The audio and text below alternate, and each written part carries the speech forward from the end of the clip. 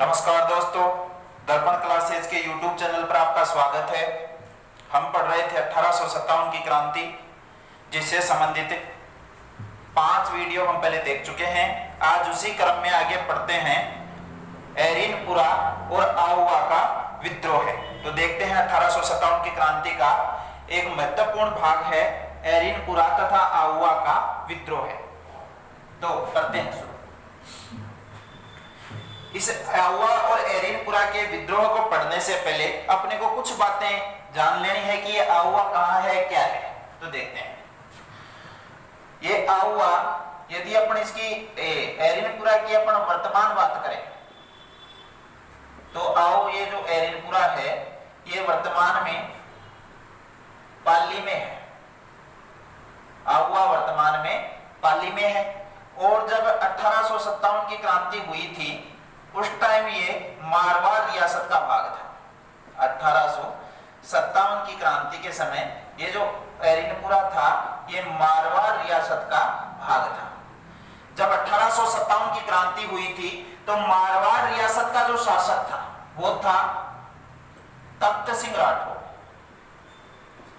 1857 की क्रांति के समय मारवाड़ का जो शासक था वो था तख्त सिंह राठौर। इसके अलावा मारवाड़ रियासत का जो उस समय पॉलिटिकल एजेंट था, हालांकि ये सब बातें हम पहले देख चुके, लेकिन एरिनपुरा छावनी का विद्रोह देखते समय ने फिर से याद रखना है कि विद्रोह के समय जो एरिनपुरा था वो मारवाड़ रियासत का भाग था और उस समय मारवाड़ का शासक था तख्त सिंह राठौर। इसके अलावा इस क्रांति के समय जो मारवाड़ का पॉलिटिकल एजेंट था वो कौन था? मैकमोहन। 1857 की क्रांति के समय जो मारवाड़ का पॉलिटिकल एजेंट था वो था मैकमोहन और मारवाड़ का जो शासक था वो तख्त सिंह राठौर था। एक बात और है कि एरिनपुरा में जो रेजिमेंट थी वो कौन सी थी, कि यहाँ पर कौन से रेजिमेंट के सैनिकों ने विद्रोह किया था। तो वो आपको रेजिमेंट भी थोड़ी सी याद रखनी है। जोधपुर लीजियन। एक एक बात को आप ध्यान से देखिएगा कि ये एरिनपुरा है वर्तमान में पाली में है। क्रांति के समय मारवाड़ रियासत का भाग था जहां का शासक है तख्त सिंह राठौर था। इसके अलावा क्रांति के समय मारवाड़ का पॉलिटिकल एजेंट मैकमोहन था। और इस रेजिमेंट में यानी एरिनपुरा छावनी में जो रेजिमेंट थी वो कौन सी थी? जोधपुर लीजियन थी। अब इस एरिनपुरा की आगे की अपन बातें करते हैं, आप थोड़ा सा याद रखोगे। यहां पर एरिनपुरा में जो विद्रोह की मतलब जिसने रूपरेखा तैयार की थी वो कौन था? एरिनपुरा में विद्रोह की रूपरेखा किसके द्वारा तैयार की गई थी? तो आपको याद रखना है एरिनपुरा छावनी में जो विद्रोह की रूपरेखा बनाई थी वो शिवनाथ नाम का एक व्यक्ति था, उसके द्वारा तैयार की गई थी। इसने क्या किया था? एरिनपुरा में क्रांति की रूपरेखा तैयार की थी। आपसे डायरेक्ट प्रश्न पूछ ले कि एरिनपुरा में या एरिनपुरा विद्रोह की किसके द्वारा रूपरेखा तैयार की गई थी? आपको जवाब देना है शिवनाथ नामक एक व्यक्ति था, उसके द्वारा एरिनपुरा में विद्रोह की रूपरेखा तैयार की गई थी। फिर अगला प्रश्न आता है कि एरिनपुरा में जो विद्रोह हुआ था, एरिनपुरा में जो विद्रोह हुआ था उसका नेतृत्व किसके द्वारा किया गया था? दोनों अलग अलग बातें हैं कि एरिनपुरा छावनी में विद्रोह की रूपरेखा किसने बनाई थी? शिवनाथ नाम का एक सैनिक था, उसके द्वारा बनाई गई थी। जबकि एरिनपुरा विद्रोह का नेतृत्व 3 व्यक्तियों के द्वारा किया गया था। वो कौन थे? एक व्यक्ति का नाम था तिलकराम, दूसरे व्यक्ति का नाम था शीतल प्रसाद और जो तीसरा व्यक्ति था उसका नाम था मोती खां। तीसरे व्यक्ति का नाम था मोती खां। आप फिर से देखिएगा कि 1857 की क्रांति के समय ये जो एरिनपुरा था, एरिनपुरा छावनी थी, ये कौन सी रियासत का भाग थी? मारवाड़ रियासत का भाग थी। इसके अलावा क्रांति के समय जो मारवाड़ का शासक था वो तख्त सिंह राठौर था। क्रांति के समय मारवाड़ का जो पॉलिटिकल एजेंट था वो मैकमोहन था।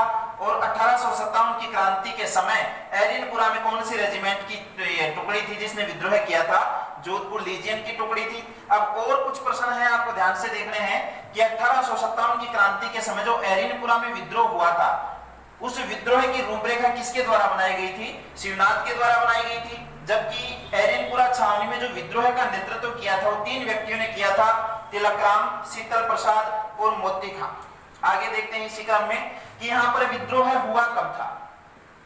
एरिनपुरा छावनी में जो विद्रोह हुआ था उसका समय आपको याद रखना है 21 अगस्त 1857। ये भी थोड़ा सा आपको याद रखना है कि एरिनपुरा छावनी में विद्रोह कब हुआ था? 21 अगस्त 1857 को।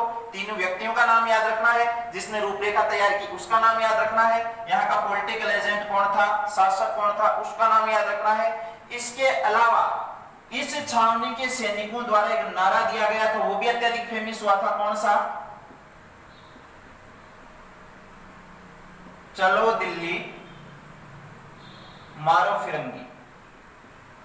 ये काफी बार रीट के एग्जाम में पूछा गया नारा है, तो आप थोड़ा सा याद रखोगे कि कौन से रेजिमेंट के सैनिकों द्वारा चलो दिल्ली और मारो फिरंगी का नारा दिया गया था। तो एरिनपुरा छावनी के सैनिकों के द्वारा यह नारा दिया गया था, चलो दिल्ली और मारो फिरंगी।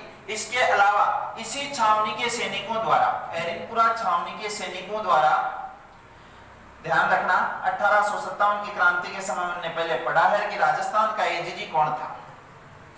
1857 की क्रांति के समय राजस्थान का एजीजी था पैट्रिक लॉरेंस, और इस पैट्रिक लॉरेंस का एक पुत्र था जिसका नाम था एल कजेंडर।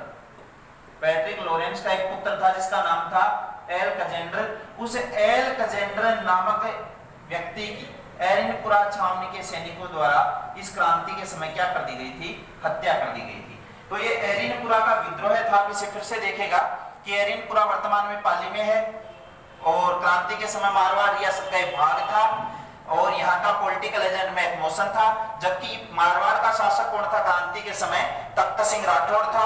यहाँ पर जो रेजिमेंट थी वो कौन सी थी? जोधपुर लीजियन थी। एरिनपुरा में जो विद्रोह हुआ था वो शिवनाथ नामक व्यक्ति के नेतृत्व में हुआ है। इसके अलावा यहाँ पर जो विद्रोह का नेतृत्व कर रहे हैं वो 3 व्यक्ति कर रहे हैं, तिलकराम, शीतल प्रसाद और मोती खां।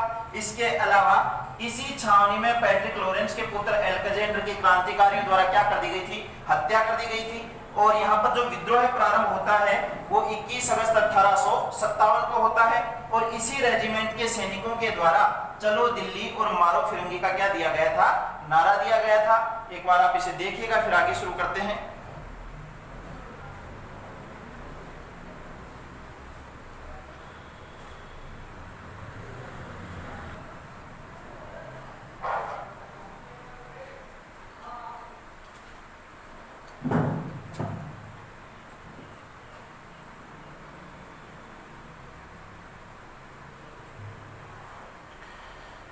ये एरिनपुरा का विद्रोह था। अब एरिनपुरा से जो ये क्रांतिकारी होते हैं 21 अगस्त 1857 को विद्रोह करते हैं, एजीजी लॉरेंस के पुत्र एल्कजेंडर की हत्या कर देते हैं और छावनी को लूटकर, जो कि जोधपुर लीजियन के सैनिक थे, छावनी को लूटकर दिल्ली की तरफ क्या हो जाते हैं? रवाना हो जाते हैं। अब वहां से आउवा से, ये एरिनपुरा से चलकर ये पहुंच जाते हैं आउवा। एरिनपुरा के जो सैनिक थे वो वहां से चलकर कहां पहुंच जाते हैं? आउवा पहुंच जाते हैं। आउवा पहुंच जाते हैं। आउवा भी वर्तमान में कहां पर है? पाली में है। और क्रांति के समय आउवा भी कौन सी रियासत का भाग था? मारवाड़ रियासत का भाग था। ध्यान रखना, आउवा का जो ठाकुर था वो कौन था? उसका थोड़ा सा आप नाम याद रखोगे, कुशाल सिंह चंपावत। कुशाल सिंह चंपावत। एरिनपुरा में विद्रोह के बाद ये सैनिक एरिनपुरा से चलो दिल्ली और मारो फिरंगी का नारा देते हुए वहां से आउवा पहुंच जाते हैं। और आउवा का ठाकुर कौन था? कुशाल सिंह चंपावत था। आउवा भी पाली में ही है, मारवाड़ रियासत का भाग था। अब कुशाल सिंह चंपावत की एक कुल देवी है, या आप ऐसे मानो आउवा के ठाकुरों की एक कुल देवी है, कुशाल सिंह चंपावत की कुल देवी भी कहते हैं। उसका नाम है सुगाली माता। सुगाली माता। ध्यान रखना, सुगाली माता के लिए एक नाम और इतिहास में काम में लिया जाता है 1857 की क्रांति की लोक देवी। 1857 की क्रांति की लोक देवी के नाम से फेमस हुई थी। वैसे यह आहुआ के ठाकुरों की या कुशाल सिंह चंपावत की कुल देवी थी। इस सुगाली माता के बारे में कुछ बातें हैं। 10 सिर तथा 54 हाथों वाली देवी, इन्हीं को कहते हैं 10 सिर तथा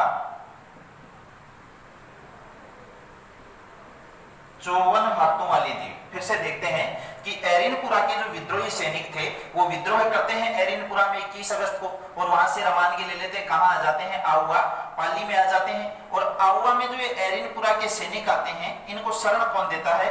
कुशाल सिंह चंपावत देता है, जो आहुआ का ठाकुर था।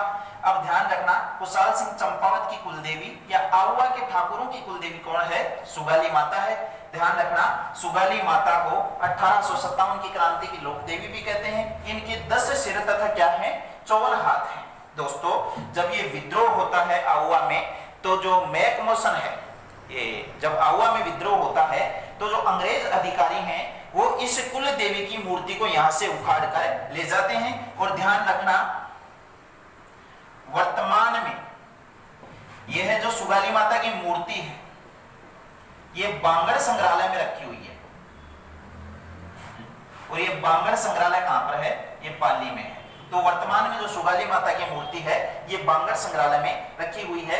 ये थोड़ा सा प्रश्न याद रखोगे। तो ये प्रश्न पूछा जाता है कि आहुआ का ठाकुर कौन था? कुशाल सिंह चंपावत था। ठीक है। इसके अलावा आहुआ के ठाकुरों की कुलदेवी पूछ ले, 1857 की लोक देवी पूछ ले, या कुशाल सिंह चंपावत की कुलदेवी पूछ ले, सुगाली माता बतानी है। 10 सिर तथा 54 हाथों वाली देवी भी कहते हैं। और ध्यान रखना, इनकी जो मूर्ति है वर्तमान में बांगड़ संग्रहालय पाली में रखी हुई है। तो एरिनपुरा के जो सैनिक है आहुआ पहुंच जाते हैं और उन सैनिकों को शरण देता है कुशाल सिंह चंपावत। ध्यान रखना, आहुआ ने अकेले विद्रोह नहीं किया था। मारवाड़ रियासत का ये ठिकाना था, लेकिन अकेले आहुआ ठिकाने ने विद्रोह नहीं किया था। मारवाड़ रियासत के कुल 6 ठिकाने थे। हाँ, उन 6 ठिकानों का जो नेतृत्व किया था वो आहुआ ने किया था। तो वो 6 ठिकाने कौन कौन से थे जिन्होंने इस क्रांति में भाग लिया था? देखते हैं। आहुआ,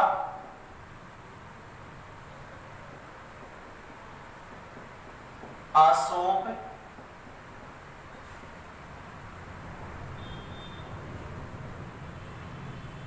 आलनियावास,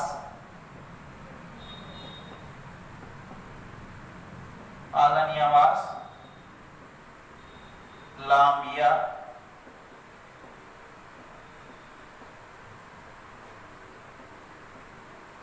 गुल्लर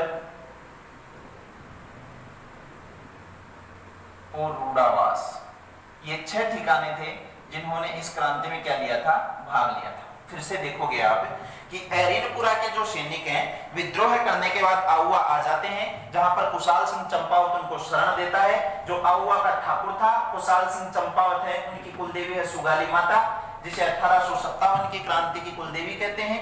10 सिर तथा 54 हाथों वाली देवी कहते हैं। और वर्तमान में इनकी जो मूर्ति है वो बांगड़ संग्रहालय पाली में रखी हुई है। ध्यान रखना, आहुआ के अतिरिक्त ये 5 ठिकाने यानी कुल 6 ठिकाने हो गए। इन 6 ठिकानों ने भी 1857 की क्रांति में क्या लिया? भाग लिया। अब ध्यान रखना, इस बात की सूचना लगती है किसको? लॉरेंस को। और लॉरेंस कौन था? राजस्थान का एजीजी।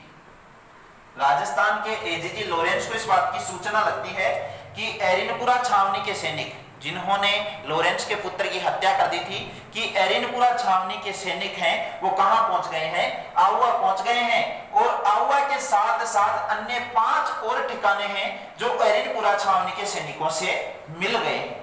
तो उसको पता लगा कि यहाँ पर काफी मात्रा में क्रांतिकारी क्या है? इकट्ठा है। इसलिए एजीजी लॉरेंस था, उसने इस बात की सूचना दी सबसे पहले किसको? मारवाड़ के शासक तख्त सिंह राठौड़ को। लॉरेंस ने तख्त सिंह राठौड़ को यह सूचना दी कि आपकी रियासत में आहुआ नामक जो स्थान है वहां पर लगभग 6000 क्रांतिकारी, लगभग 6000 क्रांतिकारी एक जगह एकत्रित हो रखे हैं और वो जल्दी ही अंग्रेजों के विरुद्ध बड़ा विद्रोह करने वाले हैं। एजीजी लॉरेंस यह सूचना देता है किसको? तख्त सिंह राठौड़ को।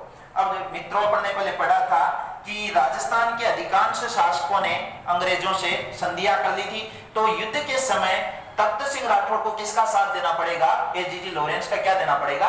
साथ देना पड़ेगा। तो एक बार आप इसे देखिएगा, फिर आगे शुरू करते हैं। ये थोड़ा सा याद रखोगे। आहुआ भी पाली में है, मारवाड़ रियासत का भाग था। कुशाल सिंह चंपावत यहाँ का ठाकुर था, जिनकी कुलदेवी सुगाली माता है।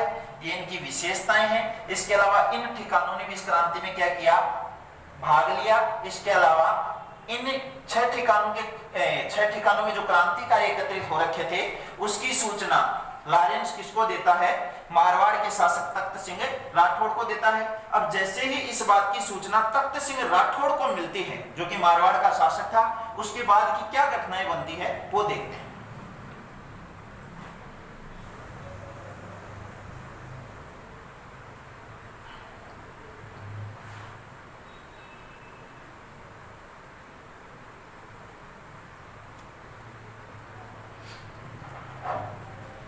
तो लॉरेंस जो कि राजस्थान का एजीजी था और इसी के पुत्र एल्कजेंडर की एरिनपुरा छावनी के सैनिकों ने हत्या कर दी थी, वैसे भी ये गुस्से में था। इसने इस बात की सूचना दी सबसे पहले किसको? मारवाड़ के शासक तख्त सिंह राठौड़। तख्त सिंह राठौड़ को यह सूचना मिली कि लगभग 6000 जो क्रांतिकारी हैं वो आहुआ नामक स्थान पर एकत्रित हो गए हैं। तो ये तख्त सिंह क्या करता है? अपने सेनापति, इस तख्त सिंह राठौड़ का सेनापति था, सेनापति का नाम था ओनाड सिंह पंवार। ओनाड सिंह पंवार ये तख्त सिंह राठौड़ का क्या था? सेनापति था। ओनाड सिंह पंवार और एक था फौजदार लोढ़ा, एक और था फौजदार लोढ़ा। तो जैसे ही एजीजी लॉरेंस ने तख्त सिंह राठौड़ को यह सूचना दी कि आहुआ में 6000 क्रांतिकारी एकत्रित हो चुके हैं, तो इस तख्त सिंह राठौड़ ने अपने सेनापति ओनाड सिंह पंवार और फौजदार लोढ़ा के नेतृत्व में लगभग 12000 सैनिक, 12000 जो सैनिक थे वो कहां भिजवा दिए? आहुआ भिजवा दिए।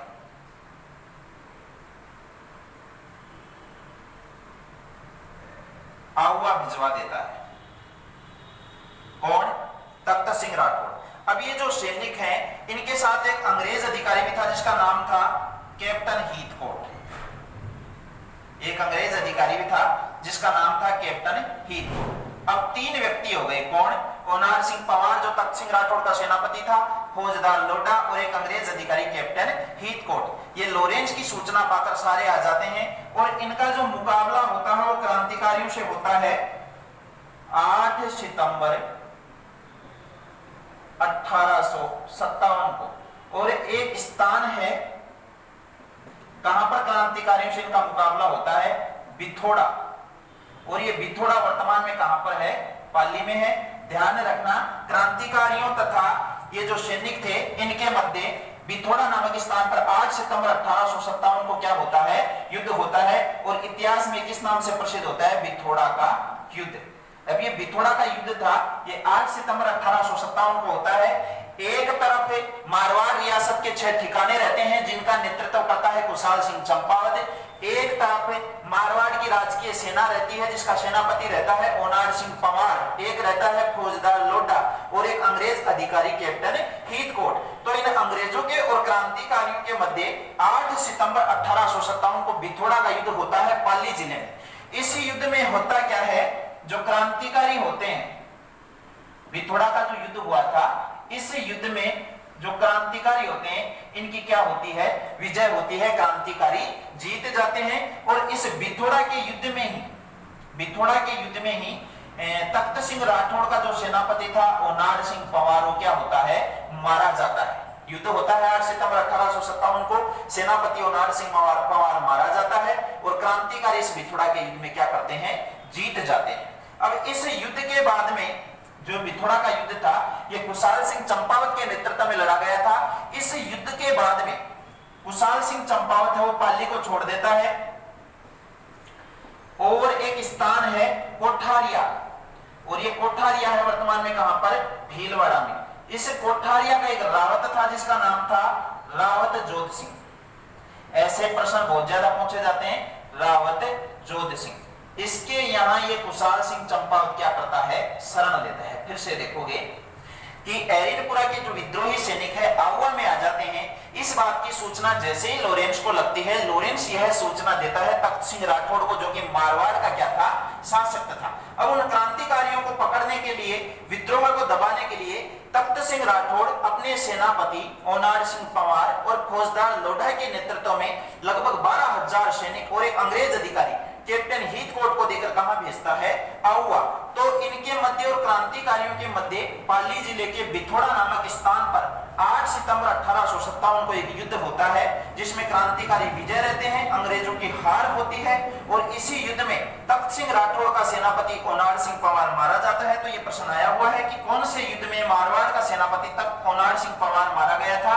युद्ध का नाम है बिथोड़ा का युद्ध। इस युद्ध का जो नेतृत्व किया था क्रांतिकारियों की तरफ से वो था कुशाल सिंह चंपावत। लेकिन युद्ध के बाद में वह पाली को छोड़कर चले जाते हैं कोठारिया, जो कहां पर है, भीलवाड़ा में। और यहां पर रावत जोध सिंह नामक व्यक्ति द्वारा उनको क्या दी जाती है, शरण दी जाती है। तो एक बार आप इसे देखिएगा।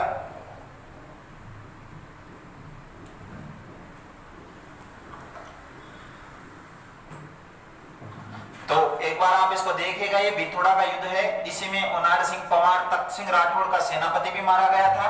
और इस युद्ध के बाद में कुशाल सिंह चंपावत ने कहां पर शरण ली थी, कोठारिया नामक स्थान है जोधपुर में। वहां के रावत जोध सिंह ने इस युद्ध के बाद में कुशाल सिंह चंपावत को क्या दी थी, शरण दी थी। अब इस युद्ध में अंग्रेजों की हार हो गई तो अंग्रेज और भी ज्यादा गुस्सा हो जाते हैं। तो इस बार वो क्या करते हैं, इस बार वो एक काफी बड़ी सेना देकर मारवाड़ के पॉलिटिकल एजेंट मैक मॉसन के नेतृत्व में भेजते हैं। तो क्या होता है, जैसे ही बिथोड़ा के युद्ध में अंग्रेजों की हार होती है तो एक बहुत बड़ी सेना जिसका नेतृत्व करेगा मैक मॉसन, एक बहुत बड़ी सेना जिसका नेतृत्व करेगा मैक मॉसन, जो मारवाड़ का क्या था, पॉलिटिकल एजेंट था। बिथोड़ा के युद्ध में हो गई इनकी हार, तो वे बहुत बड़ी सेना बुलाते हैं जिसका नेतृत्व करता है मारवाड़ का पॉलिटिकल एजेंट मैक मॉसन, क्रांतिकारियों के विद्रोह को दबाने के लिए। और क्रांतिकारियों और अंग्रेजों के मध्य एक युद्ध होता है, उसके बारे में देखते हैं। समय क्या था उसका, 18 सितंबर, यानी बिथोड़ा के युद्ध के 10 दिन बाद 18 सितंबर 1857 को ये जो अंग्रेजी सेना है ये चेलावास, ये चेलावास भी कहां पर है, पाली में, चेलावास का युद्ध है। 8 सितंबर को बिथोड़ा के युद्ध में अंग्रेजों की हार हो जाती है। तो एक बहुत बड़ी अंग्रेजी सेना जिसका नेतृत्व करेगा मैक मॉसन, मारवाड़ का पॉलिटिकल एजेंट, 18 सितंबर 1857 को चेलावास नामक स्थान पर क्रांतिकारियों को घेर लेती है। और वहां पर जो युद्ध हुआ वो किस नाम से प्रसिद्ध हुआ, चेलावास का युद्ध। ध्यान रखना, इस चेलावास के युद्ध को भारतीय राजस्थान के इतिहास में गोरों तथा कालों का युद्ध भी कहते हैं। आपसे 4 युद्ध ऑप्शन में देके पूछ लेगा कि निम्न में से कौन सा युद्ध है वो गोरों तथा कालों के युद्ध के नाम से प्रसिद्ध है, चेलावास का युद्ध। कब हुआ, 18 सितंबर 1857 को। इसके मध्य होता है क्रांतिकारियों और एक तरफ मैक मॉसन, जो कि अंग्रेजी सेना का क्या कर रहा था, नेतृत्व कर रहा था। अब इस युद्ध में भी क्या होता है, देखो ये युद्ध हुआ किसके मध्य, क्रांतिकारियों और अंग्रेजी सेना के मध्य। अब इस युद्ध में भी क्या होता है, क्रांतिकारियों की क्या होती है, विजय होती है अंग्रेजी सेना की चेलावास के युद्ध में, जो कि गोरों तथा कालों का युद्ध भी कहलाता है। इसमें भी क्रांतिकारियों की विजय होती है, अंग्रेजी सेना की क्या होती है, हार होती है। इस युद्ध में एक बहुत बड़ी घटना भी घटी, क्या कि क्रांतिकारियों ने मैक मॉसन का सर काटकर, मैक मॉसन का सर काटकर आहुआ के दुर्ग के द्वार पर लटका दिया। जो चेलावास का युद्ध था उस युद्ध में क्रांतिकारियों ने मेक मोशन जो कि मारवाड़ का पॉलिटिकल एजेंट था उसका सिर काटकर आउवा के दुर्ग के द्वार पर लटका दिया। अंग्रेजी सेना की बहुत बड़ी हार हुई। तो कुल 2 युद्ध हुए, बिथोड़ा का युद्ध हुआ और चेलावास का युद्ध हुआ। दोनों ही युद्धों में अंग्रेजी सेना की बुरी तरह हार हुई। पहली बार जो बिथोड़ा का युद्ध हुआ उसमें तख्त सिंह राठौड़ का सेनापति होनार सिंह पंवार मारा गया और जो चेलावास का युद्ध होता है उसमें मारवाड़ का पॉलिटिकल एजेंट मेक मोशन मारा जाता है, जिसका सिर काटकर क्रांतिकारी आउवा के दुर्ग के द्वार पर लटका देते हैं। ध्यान रखना, राजस्थान की ऊंटपालक जाति जिसे रेबारी भी कहते हैं, जिसे रायका भी कहते हैं, ये मोक मैसन की पूजा किस रूप में करते हैं? लोक देवता के रूप में करते हैं। कि राजस्थान की कौन सी जाति मारवाड़ के पॉलिटिकल एजेंट मेक मोशन की पूजा लोक देवता के रूप में करती है? आपको जवाब देना है रेबारी जाति। तो ये चेलावास का युद्ध हुआ। इस युद्ध में भी अंग्रेजी सेना की क्या हो जाती है? हार हो जाती है। तो अंग्रेजों का गुस्सा और भी ज्यादा बढ़ जाता है। आगे क्या होता है वो देखते हैं। आगे क्या होता है? अब अंग्रेज एक बहुत बड़ी सेना लेते हैं। कौन कौन सी सेना? देखो,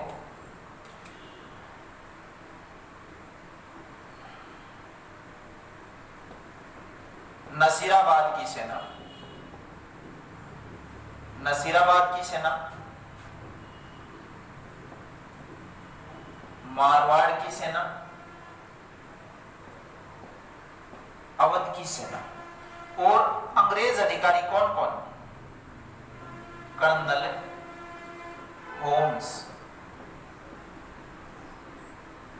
कर्नल होम्स, ये तीनों सेनाएं कर्नल होम्स के नेतृत्व में आएगी। और कौन अंग्रेज अधिकारी आएगा? भारत का गवर्नर जनरल स्वयं, कौन? लॉर्ड कैनिंग और पैट्रिक लॉरेंस। अब आउवा के विद्रोह को दबाना अंग्रेजों के लिए सबसे महत्वपूर्ण काम हो गया था, क्योंकि 2 युद्ध अंग्रेजों ने क्रांतिकारियों से लड़े थे। दोनों में ही अंग्रेजों की क्या हो गई थी? हार हो गई थी और मतलब सैनिक भी मारे गए थे। तो अब क्या हुआ? अंग्रेजों ने नसीराबाद से सेना बुलाई, मारवाड़ की सेना हो गई, अवध उत्तर प्रदेश की सेना हो गई। 3 अंग्रेज अधिकारी जिनमें नेतृत्वकर्ता बनाया गया कर्नल होम्स को। इसके अलावा भारत का गवर्नर जनरल लॉर्ड कैनिंग और एक राजस्थान का एजीजी पैट्रिक लॉरेंस। इन तीनों को यह सेनाएं देकर भेज दिया जाता है। कहां पर? आउवा नामक स्थान पर भेज दिया जाता है। और कब भेजा जाता है? ये सेनाएं आउवा में आती है 20 जनवरी 1858 को। लेकिन इन सेनाओं ने 4 दिन के अंदर यानी कि 24 जनवरी 1858 को इस अंग्रेजी सेना ने आउवा पर क्या कर लिया? अधिकार कर लिया। तो ये प्रश्न समय के हिसाब से भी पूछा जा सकता है कि आउवा पर अंग्रेजों का अधिकार था वो कब हुआ था? 24 जनवरी 1858 को। किसके नेतृत्व में अंग्रेजों ने वहां पर अधिकार किया था? कर्नल होम्स के नेतृत्व में क्या किया था? अधिकार किया था। अब आउवा पर अंग्रेजों का क्या हो जाता है? अधिकार हो जाता है। अब आगे क्या घटनाएं घटती है अधिकार के बाद में वो देखते हैं। बात करते हैं कुशाल सिंह चंपावत की। कुशाल सिंह चंपावत क्या करता है? जब आउवा पर अंग्रेजों का अधिकार हो जाता है उसके बाद में कुशाल सिंह चंपावत से संबंधित 2-3 घटनाएं हैं वो देखते हैं एक बार।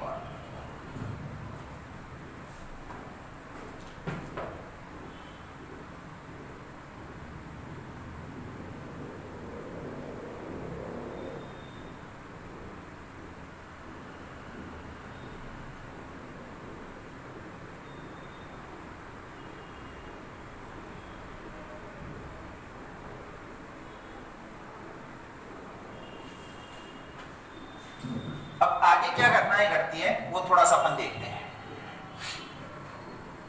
आउवा पर अंग्रेजों का अधिकार हो जाता है। ध्यान रखना, आउवा पर अधिकार के समय अंग्रेजों द्वारा लगभग 124 क्रांतिकारियों को क्या किया जाता है? गिरफ्तार किया जाता है। ये नॉर्मल सी बात है। आउवा पर 24 जनवरी 1858 को अंग्रेजों का अधिकार हो गया। 124 क्रांतिकारियों को गिरफ्तार किया गया, जिनमें से 24 क्रांतिकारियों को तुरंत ही क्या दे दी गई? फांसी दे दी गई। यह भी प्रश्न आता है कि आहुआ विद्रोह के समय कितने क्रांतिकारियों को फांसी दी गई थी, आपको जवाब देना है। लगभग 124 को गिरफ्तार किया गया था, जिसमें से 24 को क्या दे दी गई थी, फांसी दे दी गई थी। हम करते हैं कुशाल सिंह चंपावत की बात। कुशाल सिंह चंपावत क्या करता है,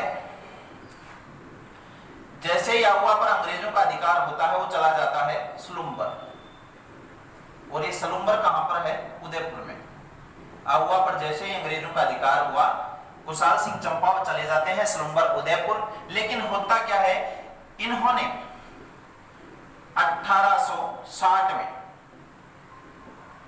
नीमच, जो कि वर्तमान में मध्य प्रदेश में है, उस टाइम कोटा रियासत का भाग था, नीमच मध्य प्रदेश में कुशाल सिंह चंपावत अंग्रेजों के सामने क्या कर देते हैं, आत्मसमर्पण कर देते हैं।